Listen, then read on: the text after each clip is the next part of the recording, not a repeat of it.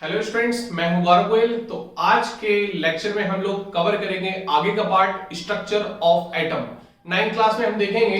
देखो, structure of atom में हम पिछले लेक्चर में हम बात कर चुके थे कि कैथोड रे की डिस्कवरी, और कैथोड रे में ले लिया था डिस्चार्ज ट्यूब।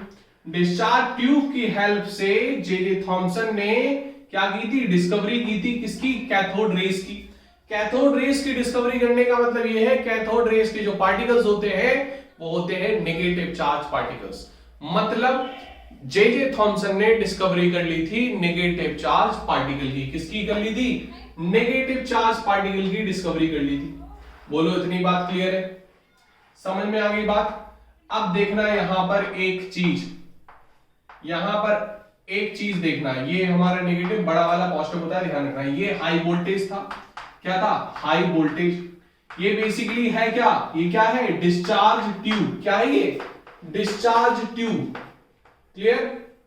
इतनी बात समझ में आ रही है कि बात नहीं आ रही है?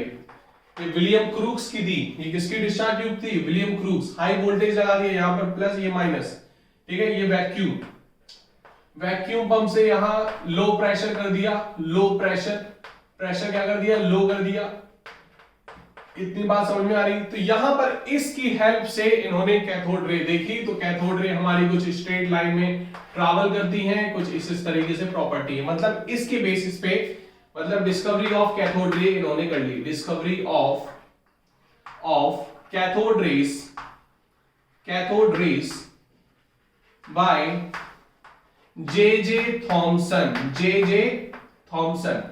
क्लियर? अब यहां पर कैथोड रे की डिस्कवरी के साथ इन्होंने बात की discovery of negative charge particle. Negative charge particle किसकी की? नेगेटिव चार्ज पार्टिकल की। बोलो, इतनी बात समझ में आ रही कि नहीं आ रही? नेगेटिव चार्ज पार्टिकल की डिस्कवरी की। क्लियर हो रही बात? इतनी बात समझ में आ गई कि नेगेटिव चार्ज पार्टिकल की डिस्कवरी की। इतनी बात क्लियर हो गई होगी। अब हम यहां पर देखेंगे कि ये नेगेटिव चार्ज पार्टिकल का नाम किसने रखा? Electron.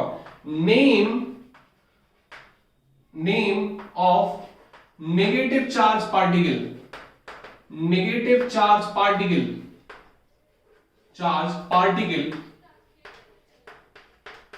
that electron is given by G.L. Stony. किसने नाम लिया था? G.L. स्टोनी। क्लियर हो गई बात? किसने नाम लिया था? G.L. स्टोनी। अब इस नेगेटिव चार्ज पार्टिकल का चार्ज कितना है? इलेक्ट्रॉन का चार्ज कितना है? इलेक्ट्रॉन चार्ज, ये चार्ज ऑफ इलेक्ट्रॉन कितना है? माइनस का 1.6 इंटू 10 की पावर माइनस 19 कूलम। तो ये पूछा जाता है एक नंबर में, तो याद रखना माइनस का, ध्यान रखना, माइनस का 1.6 इंटू 10 का माइनस 19 कूलम। अब इलेक्ट्रॉन का मास कितना है इलेक्ट्रॉन का?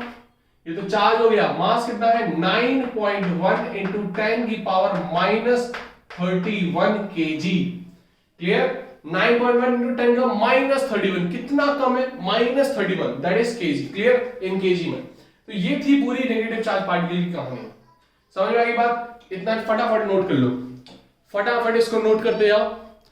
अब हम आगे चलते हैं। किसके बारे में देखेंगे? हम देखेंगे एनोड रेस के बारे में। किसके बारे में? Anode rays. एनोड रेस क्या बला है? जैसे ही थॉमसन ने नेगेटिव चार्ज पार्टिकल की डिस्कवरी की, तब फिर क्या हुआ? खुश होकर वो बाहर चले गए लड्डू बांटने, और फिर उसके बाद याद करने के लिए बता रहे हैं हम सब। उसके बाद गोल्डस्टीन ने ये देखा कि यहां पर अपोजिट साइड से कुछ रेस हमारी और जा रही हैं, कुछ और जा रही है। बस इसका थोड़ा सा मोमेंटम ज्यादा है, थोड़ा सा मास ज्यादा है, बाकी सेम प्रॉपर्टी शो कर रही है लमसम, और ये पॉजिटिव से नेगेटिव जा रही हैं, तो इनको बोल देते हैं एनोड रेस। क्योंकि पॉजिटिव टर्मिनल को हमने क्या बोला था? एनोड। तो इसको हमने क्या बोल दिया? Anode rays. तो discovery of anode rays, discovery of anode rays by Eugen Goldstein, मतलब पॉजिटिव चार्ज पार्टिकल की डिस्कवरी किसने की? यूगन गोल्डस्टीन ने। प्रॉपर्टीज एज इट इज आपको करनी है जो उसमें थी, बस उसमें आपको लिखना है it travels from anode to cathode, anode से कैथोड में जाती है, स्ट्रेट लाइन में जाती है, थोड़ा सा इसका मास ज्यादा होता है, वो हम सब ग्रुप में भेज देंगे एनोड रेस की प्रॉपर्टीज, ठीक है। तो ये लिख लेना, पहला क्या लिखना है प्रॉपर्टीज में? पहला इसका it travels from anode to cathode. Second point क्या लिखना है आपको? लिखते हैं ना आपको साथ साथ पॉज करके। सेकंड पॉइंट आपको क्या लिखना है? It travels in a straight line. Third point क्या लिखना है? It deviates in presence of electric field. जब भी इलेक्ट्रिक फील्ड लगा देंगे, यहां पर प्लस, यहां पर नेगेटिव, तो ये पॉजिटिव वाली कहां जुड़ जाएंगी? यहां पर। तो it deviates in presence of electric field.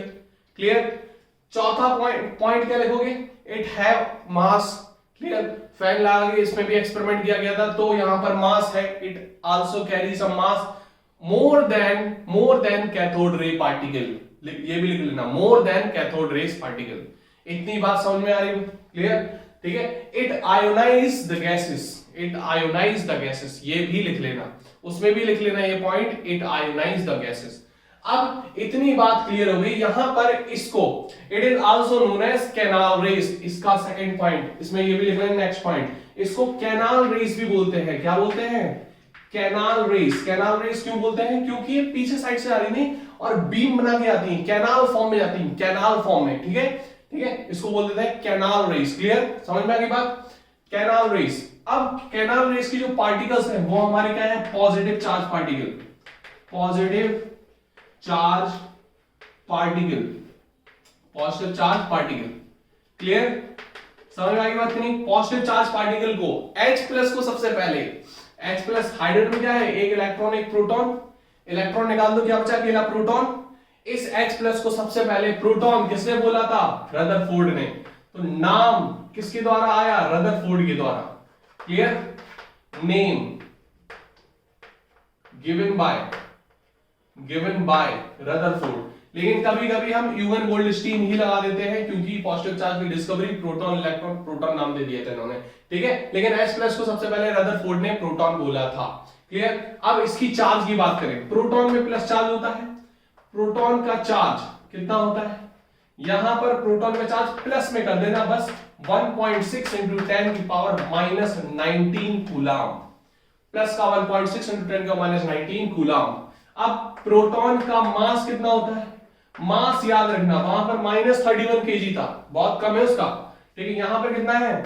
1.67 into 10 की पावर -27 kg, ठीक है। यहां पर इसका ज्यादा है, -27 kg, ठीक है, उसमें माइनस में ज्यादा है तो वो बहुत कम है, ठीक है, -27 kg। इतनी बात क्लियर है? सारी प्रॉपर्टीज एज इट इज वही लिखनी है आपको, ठीक है, वही प्रॉपर्टीज लिखनी है एज इट इज। क्लियर हो रही बात की नहीं? इतनी बात समझ में आ रही है आपको? ठीक है। अब इतनी चीज हमको क्लियर हो गई। अब जरा ध्यान देना, यहां पर हम आपको कुछ चीजें समझाएंगे, उसको बहुत अच्छे से समझना, ठीक है, अच्छे से समझना। जब कैथोड रे की डिस्कवरी हुई, तो जैसे कैथोड रे की डिस्कवरी हुई, मतलब नेगेटिव चार्ज पार्टिकल की डिस्कवरी हुई, अभी यहां पर प्रोटॉन की डिस्कवरी नहीं हुई थी, पॉजिटिव चार्ज पार्टिकल की डिस्कवरी नहीं हुई थी, उनको टाइम लगा था, ठीक है। कैथोड रे वो डिस्चार्ज ट्यूब को गोल्डस्टीन काफी टाइम देखा उन्होंने, फिर ऑब्जर्व करके बाद में निकाला, उनको 1-2 साल लगे थे, ठीक है। तो हमारे थॉमसन ने डिस्कवरी की कैथोड रेस की, थॉमसन ने एटॉमिक मॉडल दे दिया, first atomic model given by, first atomic model, atomic structure बोल सकते हो, एटॉमिक मॉडल बोल सकते हो, एटॉमिक मॉडल गिवन बाय किसके द्वारा? J.J. Thomson, Joseph John Thomson. कब? इन 1898। कब दिया था? 1898 में। कब दिया था? 1898। क्लियर? इतनी बात समझ में आ रही? बोलो। 1898 में दे दिया था। अब यहां पर इन्होंने स्ट्रक्चर कैसे दिया? इन्होंने दिया लाइक अ वाटरमेलन। इन्होंने बोला नेगेटिव चार्ज हमारे इसमें एम्बेडेड है, फिक्स्ड है, जैसे काले बीज तरबूज में फिक्स होते हैं। क्लियर, इस तरीके से एम्बेडेड है। बाकी जैसे लाल लाल मटेरियल होता है, रेड रेड पार्ट होता है तरबूज का, वो हमारा यूनिफॉर्मली डिस्ट्रीब्यूटेड है और वो हमारा पॉजिटिव चार्ज कहलाएगा।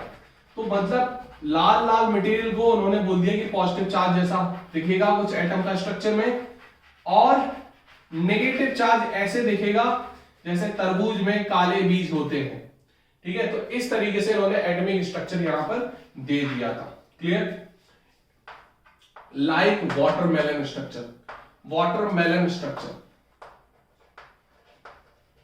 वाटरमेलन स्ट्रक्चर, ठीक है, सिमिलर टू वाटरमेलन स्ट्रक्चर, या फिर प्लम पडिंग मॉडल बोल सकते हो, और लाइक टू, लाइक एज, और like as plum pudding, plum pudding model भी बोलते हो, प्लम पडिंग। ठीक है, प्लम पडिंग खाया होगा, बीच में सीड्स टाइप के होते हैं, दाने टाइप के, तो वो दाने हमारे क्या हो गए, नेगेटिव चार्ज पार्टिकल, बाकी सारा जो हमारा सॉफ्ट पार्ट होता है वो हमारा क्या हो गया, like a positive material. Clear, इस पे झगड़ा हुआ था, इनके स्टूडेंट थे अर्नियस्ट रदरफोर्ड, उन्होंने बोला थॉमसन जी अगर आप इस तरीके से यूनिफॉर्मली डिस्ट्रीब्यूटेड कर रहे हो पॉजिटिव चार्ज को, तो स्टेबिलिटी तो कहीं दिख नहीं रही, या पॉजिटिव चार्ज ये एम्बेडेड पूरा फैला हुआ है, नेगेटिव चार्ज यहां है, तो ये न्यूट्रलाइज क्यों नहीं हो रहा, न्यूट्रलाइज हो जाना चाहिए, क्योंकि नेगेटिव भी है पॉजिटिव भी है, फ्यूज हो जाते खत्म, लेकिन ऐसा हो ही नहीं रहा। यहां पर एटम की स्टेबिलिटी पे सवाल खड़े हो गए, मतलब एटम की स्टेबिलिटी यहां इन चीजों से डिफाइन नहीं हो रही थी, तो यहां इनके ड्रॉबैक आ गए। और फिर रदरफोर्ड इनके स्टूडेंट काम कर रहे थे एक एक्सपेरिमेंट पे, वो एक्सपेरिमेंट क्या कहलाता है, अल्फा गोल्डफाइल एक्सपेरिमेंट। ठीक है, अल्फा स्कैटरिंग मॉडल भी बोलते हैं उसको। तो यहां पर वो एक्सपेरिमेंट भी थॉमसन जी नहीं समझा पाए, इसीलिए इनका जो स्ट्रक्चर है वो 2-3 साल चला, फिर हमारा खारिज कर दिया गया।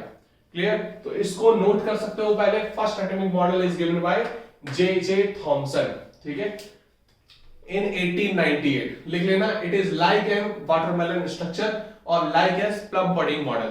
क्लियर, सेकंड इसमें ये तो हो गया मेन पॉइंट, ये कब दिया इन्होंने, लाइक अब, फिर इसकी बात आती है ड्रॉबैक की, तो लिख लेना ड्रॉबैक ऑफ, ड्रॉबैक कमियां इनकी, drawback of Thompson model, Thompson model. Drawback क्या है इसका, पहली चीज, पहला ड्रॉबैक इसमें लिख लेना, पहला drawback, it can not explain, it can't explain about stability of an atom, about stability of an atom, stability of an atom, atom की स्टेबिलिटी के बारे में नहीं बता पाया। Clear, second point, important point, it can not also explain about alpha scattering model, जो Rutherford ने experiment किया, अभी क्लियर हो जाएगा आपको भी, तो उसके बारे में नहीं बता पाए। It also not explain, not able to explain alpha scattering model. ठीक है, alpha scattering model, alpha scattering model. Clear, या अल्फा स्कैटरिंग एक्सपेरिमेंट। क्लियर, इसको फटाफट नोट करो, फटाफट इसको नोट करो, फिर हम देखते हैं अल्फा स्कैटरिंग मॉडल। अब देखो यहां पर हम देखते हैं अल्फा स्कैटरिंग मॉडल, ड्रॉबैक लिख लेना, ड्रॉबैक पूछे आते हैं, और बाकी थ्योरी हम भेज देंगे साथ साथ, आपको एक बार नोट करा देना बस। ठीक है, आप देखो यहां पर हम देखते हैं गोल्ड फॉइल एक्सपेरिमेंट या alpha scattering experiment. Clear, gold foil experiment और alpha scattering experiment, alpha scattering experiment.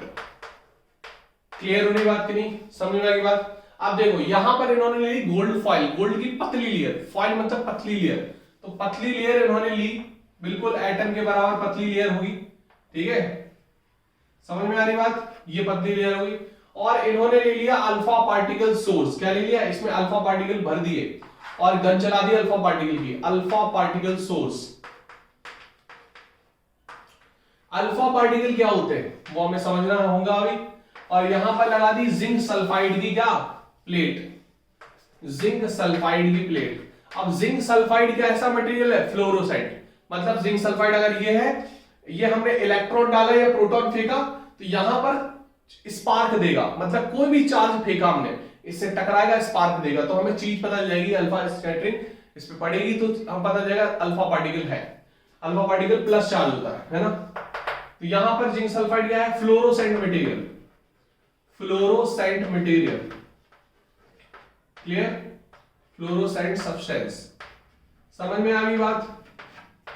Okay, अब देखो यहां पर अल्फा पार्टिकल क्या होता है, what is alpha particle, what is alpha particle, alpha particle क्या होता है, अल्फा पार्टिकल देखो क्या होता है, हीलियम जानते हो, helium, helium, hydrogen helium, helium में क्या होते हैं, दो प्रोटॉन होते हैं, दो इलेक्ट्रॉन होते हैं और दो न्यूट्रॉन होते हैं, ये पता है। न्यूक्लियस में क्या क्या होता है, न्यूट्रॉन और प्रोटॉन।